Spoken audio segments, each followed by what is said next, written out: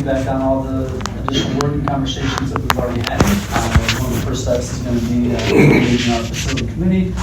Now that we've taken these steps to move toward the question on the ballot, we want to get a committee back together to talk about any interest they would have in helping to support an informational campaign. For any board members that weren't on the board, maybe when we've done this in the past, one of the things I wanted to just call your attention to is as a district, we have to be very intentional in just communicating factual information.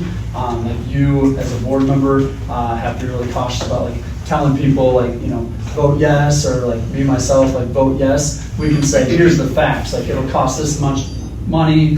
This is how it will serve our kids and community. So any information that as a district we put out, it just has to be factual and informational. If there are individuals in the community, such as as there has been in the past, they can run a yes campaign where they say, vote yes, we believe this is best. And if somebody wanted to have a no campaign, they could do that as well. But we just have to be objective as district representatives. So we'll be talking with them.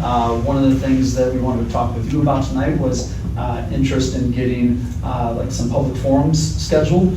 In the past, I think we did one in Preston, one in Miles, one in Sebula. We wanted to kind of get your guidance. Would you like to see something like that again? Would you like to see a different approach? Or what thoughts or ideas do you have about spreading the information? I think you need to have the meetings. I think you need to get former graduates that are away to college, ballots potentially, or them to request them, however that works. I think we sent information on satellite voting away, or did you get that done today? Did you get that back? I haven't heard You anything haven't back. heard back. I emailed them a second time saying we had a board meeting tonight, and I still didn't get anything back, so I assume And we hear something they're tomorrow short from them, turnaround on but this. if we don't hear anything by Friday morning, I'll contact them again, so. What role do you expect the original committee to play? That's going to be up for discussion. I want to invite them, at the very least, whether, regardless of how they feel on it, if they would help to just spread information. We'd like to get informational material into their hands so they can share that, distribute that with family, friends, people in the community. But I think we want to vote a confidence from the members that they either support or don't support, and if they don't support, I don't necessarily think they should be part of the committee trying to, push this forward further. No, I think they should be part of it because whatever way they vote, they've already voted there for it. So they should be on vote on. That's what I mean. They should be supporting it because they're the ones that brought it to us originally. That's what I mean, a vote of Yeah. confidence that they will support it moving Yeah. forward. That's fine. Yeah, You and know what I mean? I do, and I think some of the value, it's like any team. We don't want a bunch of yes men. If there are people on the committee that are this is a valid concern, then bring that to the committee. Let's talk about that, and let's make sure that we have the information to educate people so that they can hopefully look past whatever that concern is when they know the truth or facts behind it. When I went to one of the meetings, I would suggest, but again, it'd be up to the committee and up to you and Adam. I would let the committee do the majority of the talking unless it's on finance, obviously. They've been having regular facility committee meetings? Not since it got we brought the facility master plan. Nope. Okay, I talked with Seth as the committee lead, and we had conversations, and we said, we've got to get this. If this isn't going on the ballot, then we're kind of dead in the water. So that was the next sequential step in the process. Now that we've knocked that out tonight, and it's full speed ahead. We are really gonna have to, whether it's a yes committee or whatever it is, push the information out there. I mean, it's gonna be a lot of work, it's gonna be hard work because there's a negative campaign already shoved around out there that, that we have to work against. Is it what's best for our school? I absolutely think so, but it's gonna take a really strong yes campaign to get it passed. Really strong yes campaigns, people have to work really hard. One thing that we need to do would probably check calendars with board members, because one thing that I suggested to Chris is Matt Gillespie from Piper Sandler is willing to attend meetings. There are I think they have 42 schools that have stuff going on the ballot this November, so obviously there's not a lot of dates between now and the second or whatever the date is of the election. So he sent me an email just before the meeting on some dates that he has open still.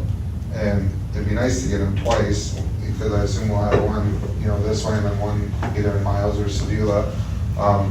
October 9th is a date that we should probably try for, just for his schedule, because I think Northeast is doing something. He said he's gonna be at Northeast that night. He hasn't he hasn't gotten told the time for that night, but he said maybe we could talk with Northeast, and he's just making one trip over, because he comes from Des Moines, so it'd be nice to make October 9th work. And then other dates that he has open is September 15th, 16th, 25th, the 1st and 2nd of October, and then the 21st, 22nd, and 30th of October. And that's it. All other dates are spoken for. It's pretty much up to the facility committee if they're gonna be Right, part of it. well, right, and that's what, we'll go to that too, but I mean, it would be, what we've done in the past is usually board members that like to attend, but it's not we can either do one or two things. You can either post it if a quorum wants to go, or sometimes just like 3 people at one, so. I'd say keep it down. to But three. we'll go over those dates for the facility. I talked to Chris after we got the signatures in, and we knew we were gonna have enough, and then got a hold of Matt. I said we need to have a meeting pretty ASAP and get something lined up with him, because it could be tomorrow, and 3 of those dates could be gone with other schools signing them up to be there. And I just think it'd be valuable for him to have. I mean, in this case, there's not like a lot of earth-shattering on the information that he can share, but I think it's one of those that I think there's enough negativity going on, and people can strew stuff, and it would just be nice to have him here to say the same thing that we've been telling you. If you want direction or what, Blaine, pick the 2 dates, Right. and the facility committee's gonna have to. Let's deal do with one it. in September, pre-harvest, Correct. please. September? Yes, for pre-harvest. Yeah. Pick 2 dates, and this is what the committee, I mean, I don't wanna overstep it, but Yeah. if tomorrow 3 dates are gone, we're Right. behind the 8 ball again, so I call him back and we want you this day and this day. Yeah. So there's your dates, September 15th and October 9th. Yeah. Right? Yeah. Okay. How close is the 15th to our regular meeting? 17th and 16th, is that right? Oh, it's on yours. Six months. September 17th is our regular meeting in September. October would be 15th. I think one good message to convey to the public, especially with the negativity or like tax rate, it was interesting. We had an email circulating around either the end of last week or on Monday, came from upset superintendent and business managers about the Clinton County treasurer sending a letter to all Clinton County taxpayers kind of bashing schools and superintendents on, tax rates and what schools charge. And have you seen it? No. It's interesting to pop it up, because actually, for East Valley's sake, it's actually a good picture, like a good talking point to people. And we can factor in income surtax and property tax dollars on, and we're gonna, finance this with just an extension of our 270 levy, which, yes, it still takes tax dollars out, another 7 to 9 years further than what we currently have. We can still be operating within the, tax rate structure that we have right now. When you compare that with area schools, I can pop it up when I. And we need to clone you somehow. We need to clone you somehow to get to every person in the school district, because I think if they know the information that's correct and not information that's incorrect, they're gonna wanna do it. I think also you have to bring up that when we started the district, they didn't think we would last 3 years, and this is year 11. And that we've never been late on any of our bonds, our payments, Which one is it? because I think that was a negative campaign last time. We shouldn't do this. Did you get that? Yeah, I was listening. I'm off that task. It's It's like like that. I'll say it like Yes, yeah. So, we'll see if we can make this where you can.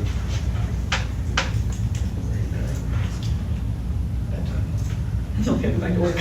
So anyway, he sent this letter out to everyone in Clinton County, and I won't read every word in the top, but it's basically just, he's gonna break apart people's taxes from tax entities, but he targeted school districts specifically. Can you zoom at them? I'm gonna try, yeah, to this part. So this is a little graph that he put in there that, when I was looking at it, I'm like, well, this is great, we can And who use did this. this? What's that? Who did Clinton this? County Treasurer. Clinton County Treasurer, Dustin Johnson. So people are upset about it, because he kind of attacked schools and superintendents, but anyway, beyond the point, it paints a good picture. You can look at all districts in this area, little, you know, to the biggest one like Clinton, and you look at what people's property tax rate is and what the income surtax rate is in those districts, and, you know, Cowlead's the lowest, but they also have 5% income surtax. We're at 1372 this current year with a 1% surtax. You start looking around, you know, Macocota is 1284, but they have an 8% surtax. The point is we're right in line with what pretty much every district around either charges or substantially lower than like some of those, you know, higher taxation outliers. So I think it's a good point to bring up to people, like, we're operating at an efficient level. We always have. We've operated in the means that we've always communicated to, you know, taxpayers that we'd stay within. And we're actually quite a bit lower than what we initially stated as a district that we thought was kind of our ceiling of what we would take our property tax levy to. So I think that this is something that could be used to show that even if this bond passes in November, it's not increasing taxes. We already charged $2.70, and that's like that memo that was shared that we'll use with the facility committee to get that information out, that you're paying $2.70 from now to 2039, whether this passes or not. It's just, it'll be an extension of that for another 7 to 9 years, just depending on what property valuation growth does and interest rates do that nobody has a crystal ball for. So I think it's a good tool to use. So sometimes there's negative data that you can use, you know, kind of as positive, so. 20%. You know, I think the biggest thing there is if you look at the percentage change, like Yeah. Visa Valley is the largest drop in percentage. Yep. Can you forward that on? Yeah, that's what I was thinking Yeah, too. I will. And along those same lines, I was just gonna share, you know, as board members and this ramping up, you're gonna start to get questions and people are gonna come to you, and what I want, what I would encourage you to share, because like James. Yeah, exactly. He's got his phone number. No, like I mean, all the information out there, it can be overwhelming. You can spin things different ways, and what I think is important for us to share is actions speak louder than words. There's a lot of words and information things out there. Let's look at our actions as a district, because we went to our community before we passed the last bond referendum, and we said, we will do this project. We will first invest in our schools and not our extracurriculars. We did that. We put the money where we said we were gonna put it. We said, we will keep your tax rate under $15. We kept our word, we stuck to that. We're at like, what, 1370, 1372. We're over $1.25 under where we said we would be back when we passed the last bond. And now here we are again saying, hey, this is our facility master plan. We engaged our community. We're taking action and we're staying true to our word. And hopefully that drowns out a lot of the words that can sway people in different directions. Can you send that to me? Yeah. Yeah, just email me. Anything else? I'm good. We'll just get with the facility committee and get a couple things lined up with them. And one last thing on that, because if you get questions, like, we're not asking for any more tax asking. All this does is what would extend our general obligation bond by 7 or 8 years. 7 to 9 years. So it's just the same tax asking, which is $1.25 under where we said we keep it for just 7 longer years. We're not asking for higher tax rates. So. It'd be awesome if you get that done. Yeah. Approved purchase of M-Class Academic Intervention Program Exhibit 8.